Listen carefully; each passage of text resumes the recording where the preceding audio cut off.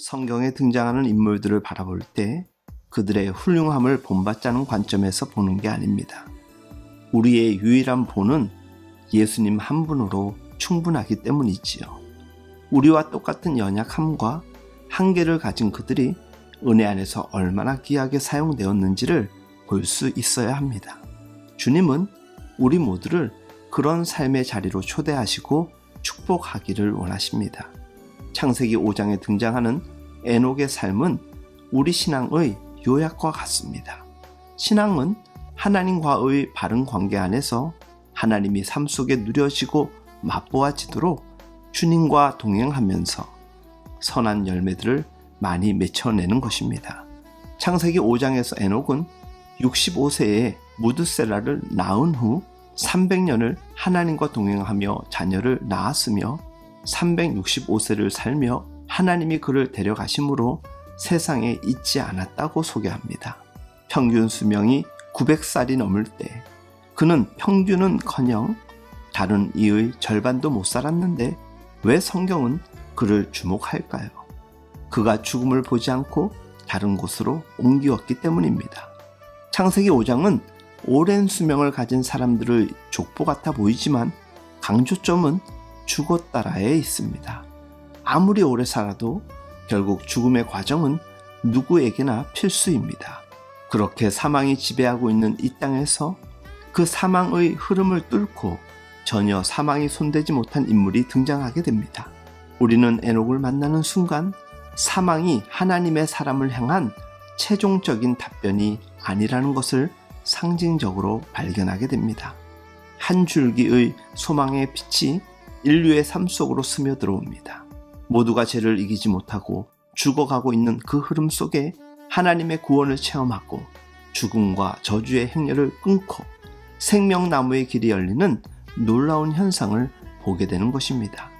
하나님의 오래 참으심, 인생을 향한 기대, 우리를 향한 아버지의 마음을 반복적으로 성경은 우리에게 알려주고 있습니다. 다수가 다 죽고 있지만 사망의 행렬을 끊음으로 그게 전부가 아니라고 역설적으로 말하고 있는 것입니다. 학자들은 창세기 5장을 구약의 부활장이라고 이야기들 합니다.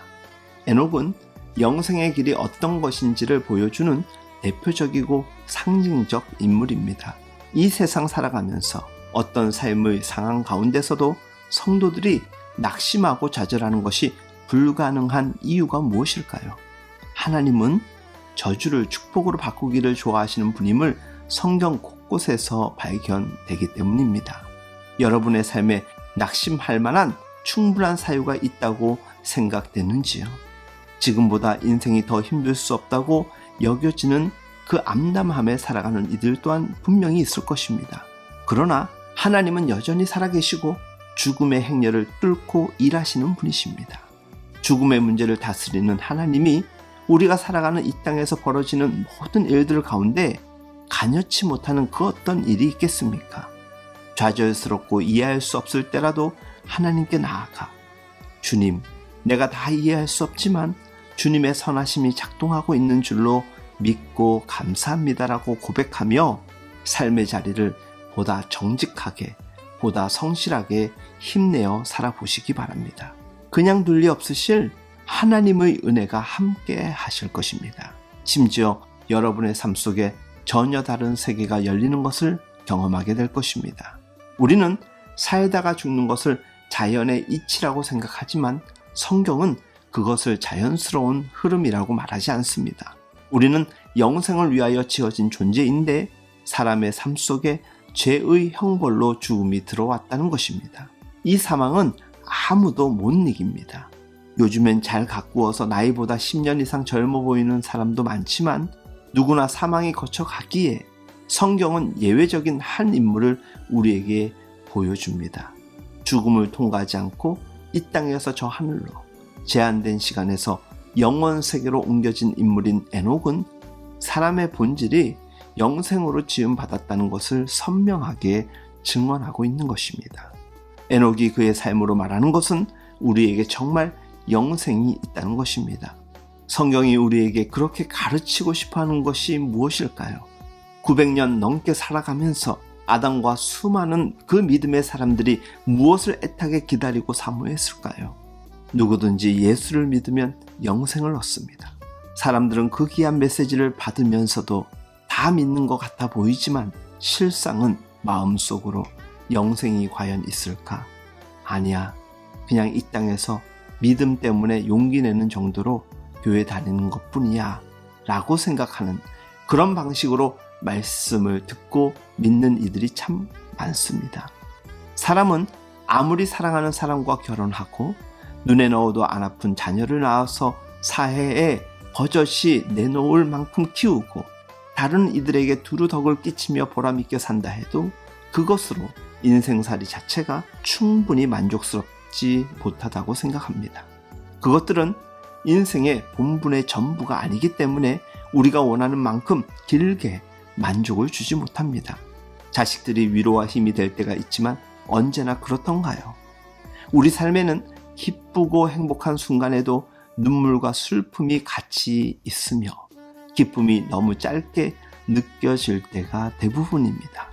그런 모든 경험을 할 때마다 우리는 기억해야 합니다.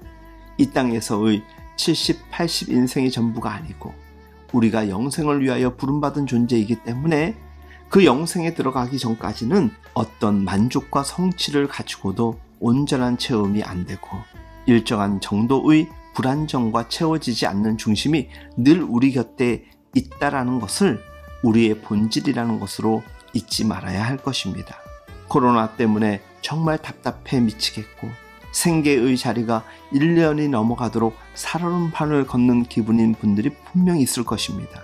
그런 우리에게 삶의 의미와 목적이신 하나님으로 인해 죽음마저도 두려움으로 끝나는 게 아님을 고백할 수 있기를 간절히 소망합니다.